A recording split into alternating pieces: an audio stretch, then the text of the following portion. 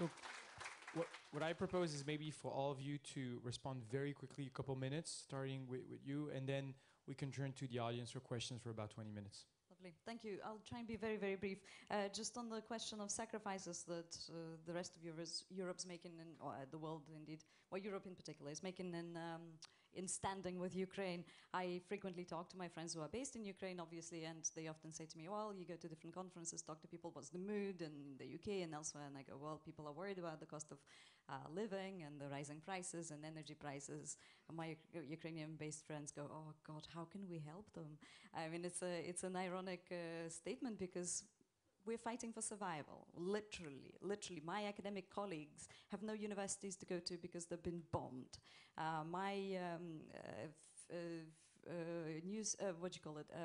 Facebook feed has turned into a list of obituaries. Literally as well. You know, a friend of a friend or a friend dies almost every day. And I'm used to this because in 2017, when my brother was killed in action in Luhansk region outside of Popasna, the town that nobody had heard of apart from people who lived around Popasna, but now people have heard of it because Russians have razed it to the ground. Nobody even knew that the war was still on. People said things like, well, I mean, it finished, didn't it? It's a frozen conflict. No, people were dying, and 14,000 people died before the full-scale invasion. My brother was one of them. So the reason why I'm raising this issue is there seems to be a clear split of Europe and Eastern Europe. And the split is in our heads, and it's very easy to explain how it appears. Have a look at your bookshelves. How do you know about the region? How do you find out about the region? Who is on your bookshelves? Possibly Dostoevsky. And there's no problem reading Dostoevsky. There's something very interesting was said by Yaroslav Hrycak, a Ukrainian historian. He said, of course everybody should read Dostoevsky, but in the same way as we read Nietzsche, remembering that he's toxic. And understanding how Ukrainians as an enemy, an image of Ukrainians as an enemy was formed by Russian culture, how it is weaponized. Have a look at university, not even libraries, but degrees, what they are offering, right? Have you ever heard of a position in a university that is, say, lecturer in German and West European studies? No.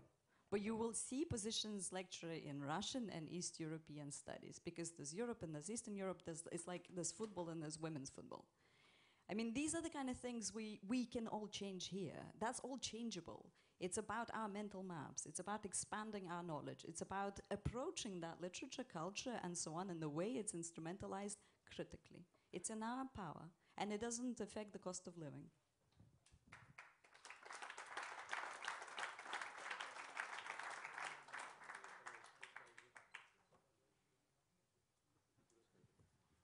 Merci pour la parole. Alors, je vais essayer d'être court. Pierre Lelouch a été bouleversant. Et je trouve que c'est très utile d'aller vers le sens de son appel.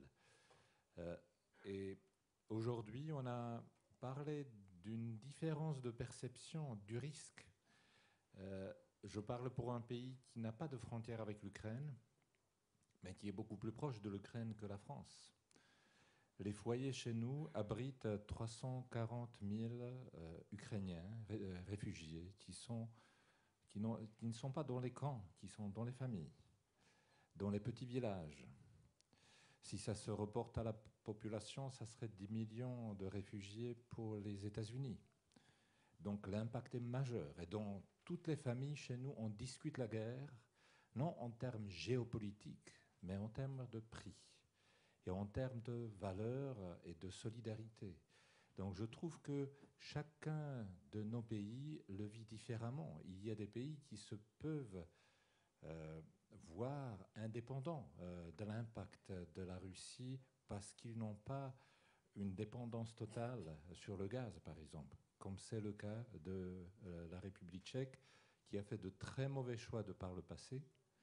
Les gouvernements ont fait des choix stratégiques abominable, c'était une misère en termes de stratégie. Et comme nous n'avons pas d'accès direct à la mer, nous sommes quelque part dépendants dans ce qui se décide à Berlin. Donc je crois que oui, nous sommes dans une période de crise. Et pour parler République tchèque, nous avons l'inflation qui est au-delà des 12-14%. Pierre, Mikhail, est-ce que vous voulez rebondir? Deux précisions supplémentaires. La première, c'est que quand je regarde, et je regarde vraiment en détail l'évolution de cette affaire depuis plusieurs mois, je ne peux pas m'empêcher d'être obsédé par le livre de Christopher Clark sur le début de la Première Guerre mondiale, qui s'appelle Les Somnambules. J'ai écrit plusieurs articles d'ailleurs sur ce thème. Comment, à partir d'un problème territorial limité, et sans vouloir aller jusqu'à la guerre totale, par le jeu des alliances et des erreurs de calcul successives, et il y en a eu depuis le début de la guerre, y compris de la part de Poutine, bien sûr, mais de la part des Occidentaux aussi, on arrive à une escalade que personne ne contrôle. Et je dis que cette escalade est en cours. Sur l'escalade, l'aspect nucléaire, j'ai oublié de dire, ce matin je voulais intervenir dans le débat entre l'amiral Garot et Gérald Matisse. J'ai passé une grande partie de ma jeunesse, quand j'avais à peu près l'âge de Benjamin, à étudier tous les détails de ce qu'on appelait à l'époque le flexible response, c'est-à-dire la doctrine de dissuasion élargie américaine à l'Europe. J'en ai des rayons de bibliothèque, de Bernard Brodie à Kissinger et combien d'autres, Wohlstetter, qui adorait les fraises des bois et la France, Albert Wohlstetter, et qui écrivait sur la crédibilité de la riposte en cas de guerre. Il avait pris l'exemple de l'innocent bystander, la personne qui se balade sur le trottoir en poussant sa poussette. Cette personne-là risque de mourir pour Paris ou Berlin, disait-on à l'époque, c'était la grande question, et à Paris, on ne croyait pas qu'on allait tuer des New-Yorkais pour défendre des Parisiens. Donc De Gaulle, Gallois ont inventé la dissuasion à la française. Aujourd'hui, on nous demande de faire encore un peu mieux. Ce n'est pas Paris ou Berlin qu'il faut défendre. Article 5, en supposant que ce soit défendu s'il y a une escalade nucléaire. C'est un pays qui n'est pas dans l'OTAN et qui, précisément, la guerre est au sujet de sa présence dans l'OTAN. Donc, je redis, il faut que les hommes politiques, les responsables politiques, ne se payent pas de mots. Andrew Mitchell, ce matin, parlait d'unité du risque, de solidarité du risque. Alors, mettez-les devant les gens. Mettons-les devant les gens. Il ne suffit pas d'écrire des tribunes à la Bernard-Henri Lévy dans le Figaro. Il faut regarder les conséquences. Si il s'agit de défendre ce que nous appelons les valeurs, si on pense que cette Russie poutinienne, c'est l'équivalent de Hitler, alors il faut risquer la guerre nucléaire. S'il y a d'autres options, et là on rentre dans un problème militaire précis, comment les battre et combien de temps ça met pour les battre? Combien de temps l'artillerie américaine? Combien de temps? Et là, il faudra entrer dans cette problématique de temps. Donc nous rentrons maintenant dans une période extrêmement délicate, 3-4 mois, où nos sociétés vont être prises en otage par Poutine d'un côté, et où on va essayer d'aider l'armée ukrainienne à casser l'armée russe sans passer à l'escalade nucléaire. Voilà l'exercice qui nous attend dans les mois qui viennent. Je dis bon courage à ceux qui nous gouvernent, et puis je leur dis d'être honnêtes et d'expliquer ça aux gens. Merci Pierre. Il n'y a pas que des tribunes pro-ukrainiennes dans le Figaro, je dis ça sous l'autorité de nos partenaires. Je plaisante. Mikhail, je vous laisse peut-être conclure ce tour. Et d'ailleurs, je dois effectivement souligner, vous avez parlé de votre excellent livre All the Kremlin's Men, qui est vraiment l'une des meilleures dissections, je pense, du fonctionnement du système Poutine. Et merci de l'avoir rappelé. Je vous laisse terminer, puis après peut-être prendre 2-3 questions d'un coup, et puis on pourra faire un autre tour. Thank you again. speaking about the future, that is like our perspective on future based on our knowledge of history.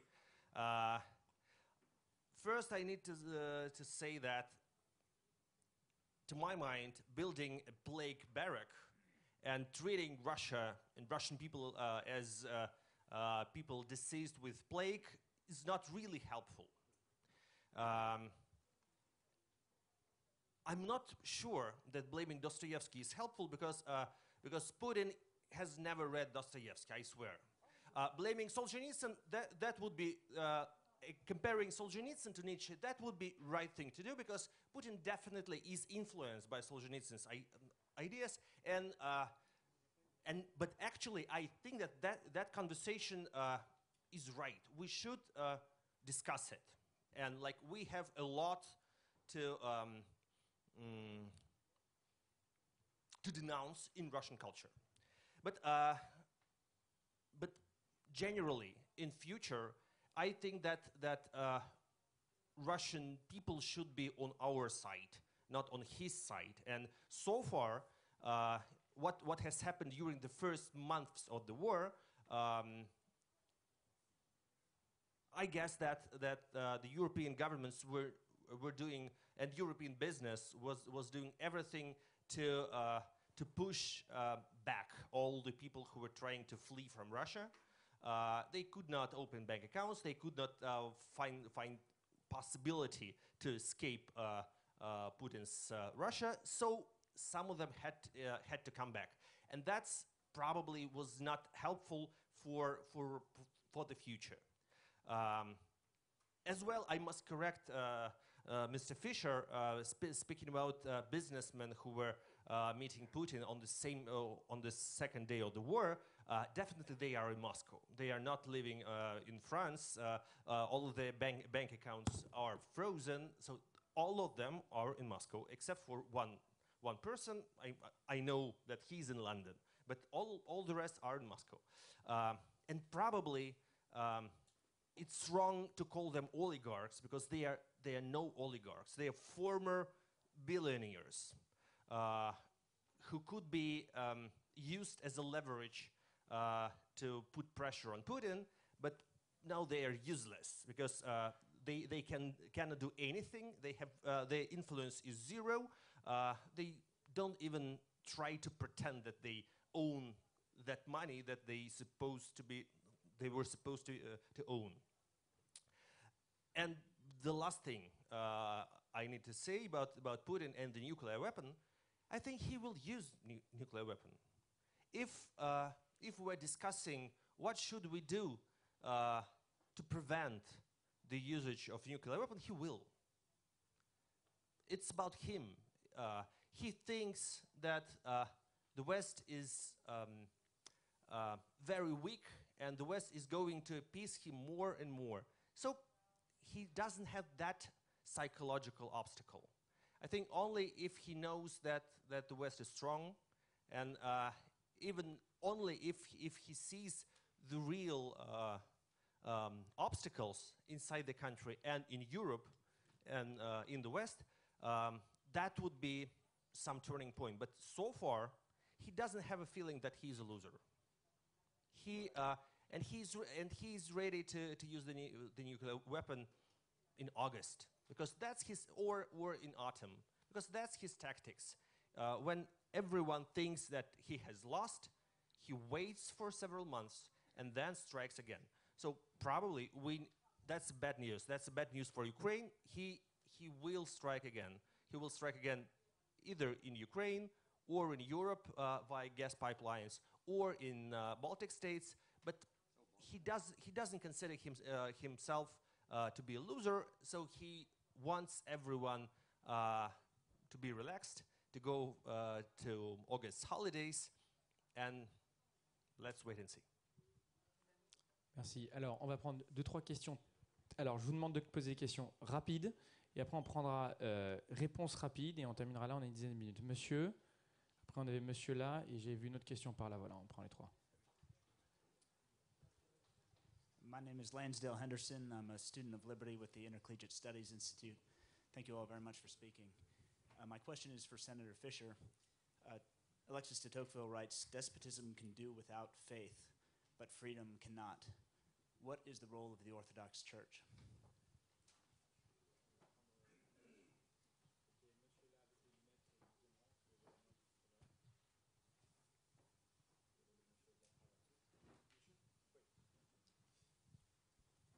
Hello, I'm Konstantin von Ludwig. I'm a fellow of the Friedrich Naumann Foundation. And I have a simple question to Mr. Lelouch. After you've presented us with your upsetting analysis, what now? What would you do if you were in power now? Or what would you tell people responsible now to do?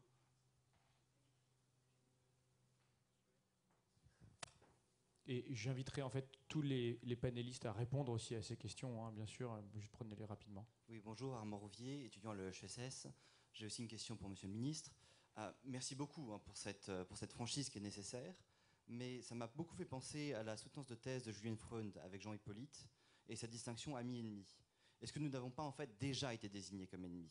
Est-ce que c'est une crise dont nous ne pouvons pas sortir et il vaut peut-être mieux la prendre en face, et certainement il faudra faire sans la Russie, et certainement ça va nous coûter, mais il vaut mieux peut-être avoir cette vision. Julien Freund qui a fait cette thèse avec Raymond Aron, que vous connaissez bien. Et qui était mon maître, Raymond Aron. Non, je vais essayer d'être très très court.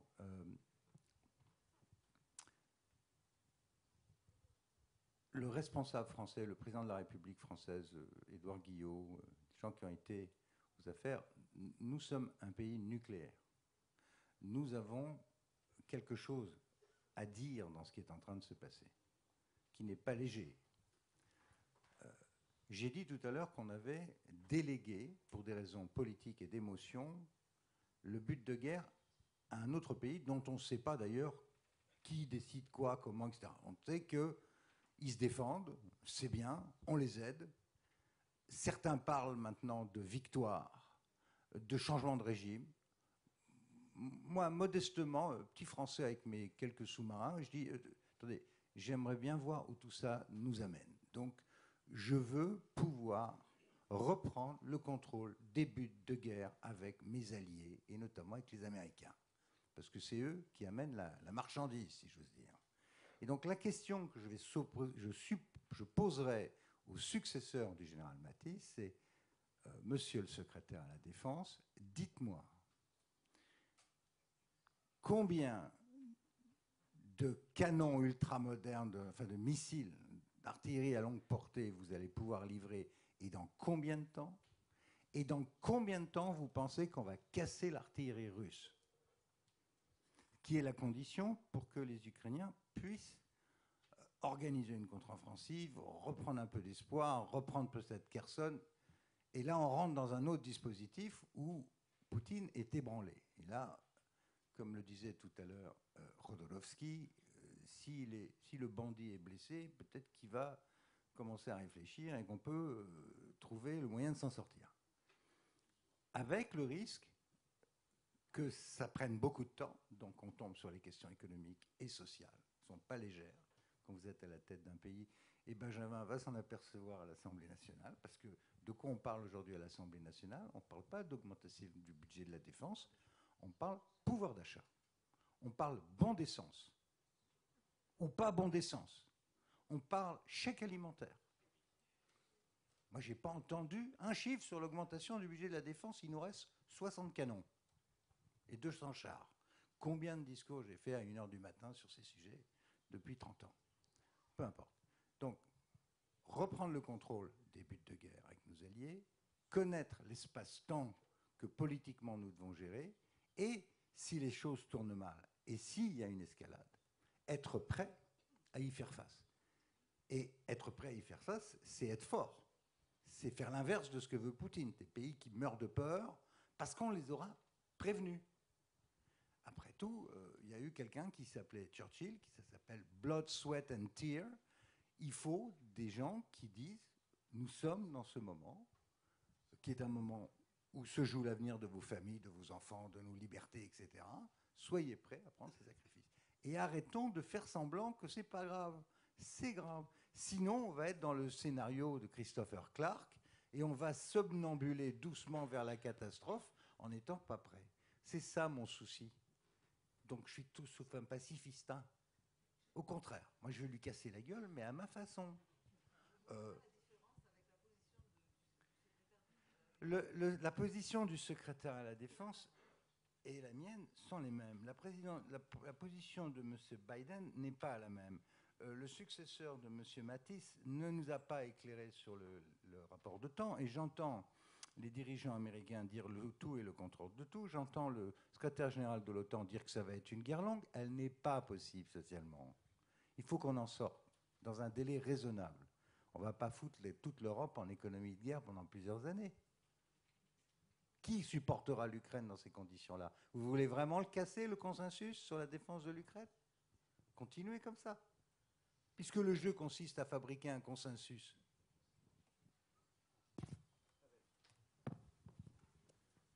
Merci beaucoup pour la possibilité de réagir à la question et aussi à cet échange. Je crois qu'il faut revenir sur la naissance de ce conflit. Si Vladimir Poutine avait eu un souci avec l'Ukraine, il aurait pu la porter à la table à l'ONU. Il ne l'a pas fait. Au contraire, il a pris les armes et il a commencé à régler le conflit ou le différend lui-même. C'est ça l'homme que nous avons en face. C'est ça le régime que nous avons en face.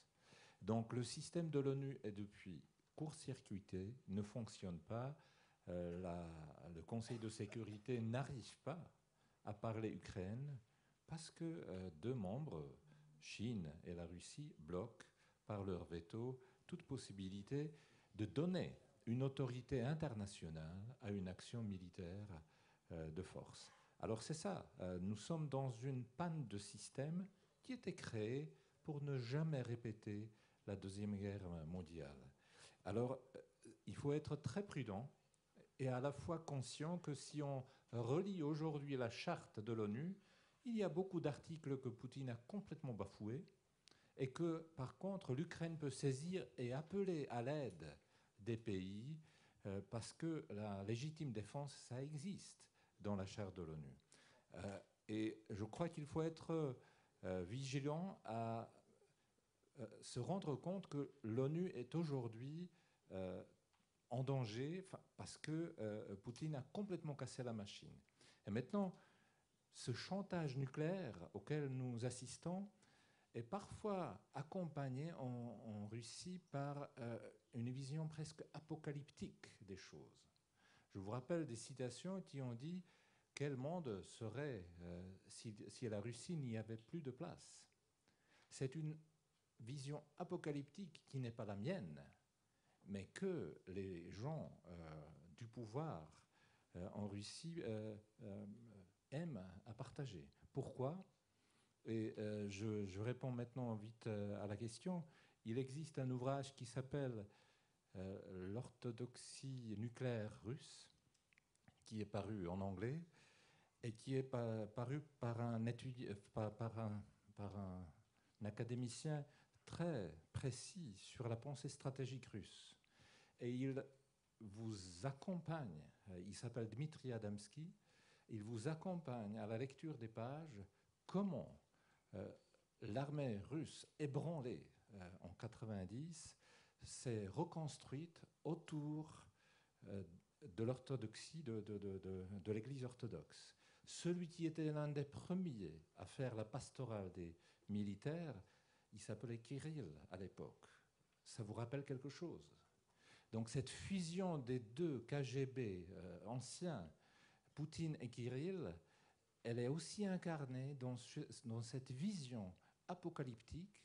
Elle est meilleure. Des aumôniers ont été placés autour des armes nucléaires. C'est ça ce qu'il faut nous faire peur. L'ONU est cassée et nous avons un discours apocalyptique. Il faut faire très attention parce que nous avons face à nous un délire religieux, un déni de réalité, un déni du droit international. C'est pour ça que le moment est tellement grave.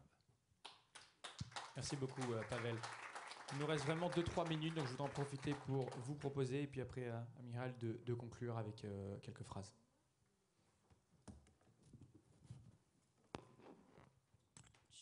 very briefly look into the future, as we're encouraged by this panel, and given that it's the last panel of a long conference. I think we're all yet to see who Jerzy Giedroyc of Russia is going to be. I don't think he or she exists, so someone who will never question the borders of a sovereign state and encourage his or her society to do the same. I am yet to see a society in Russia, civil society, society more widely, that would support that idea and abandon the imperialist view of their own country. I live in London, where there are a lot of Russians, and there are many more every day because a lot of them leave the country. I haven't seen protests en masse or even small, frequent, organized by the Russians. Speaking of fear being one of the factors, there's nothing to fear in London. So I'm yet to see the development of both a figure that will encourage the society to think differently and the society itself. In the meantime, what we see in Ukraine is an absolutely flourishing civil society that is brave, that is imaginative, that is driven not by hatred, but by love for their country, for each other, and most importantly, for freedom. Freedom is not something romantic and abstract. It's something that is practiced in Ukraine. It's something that is the opposite of what Russia is trying to, what Russia's achieved inside its own country and trying to achieve elsewhere. So I will finish by just saying, stand by those people, whatever the cost.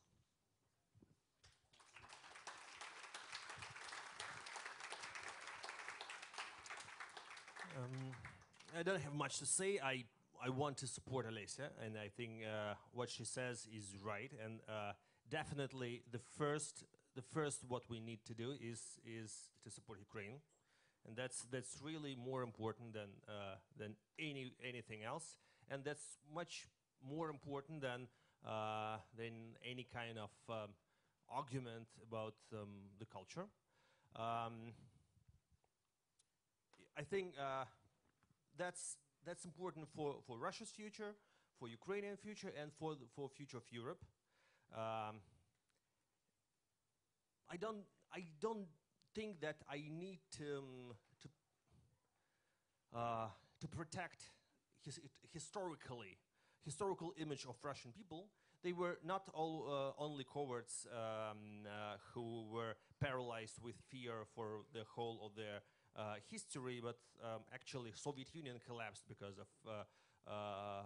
people in Moscow protested against the putsch in August of 1991. I hope that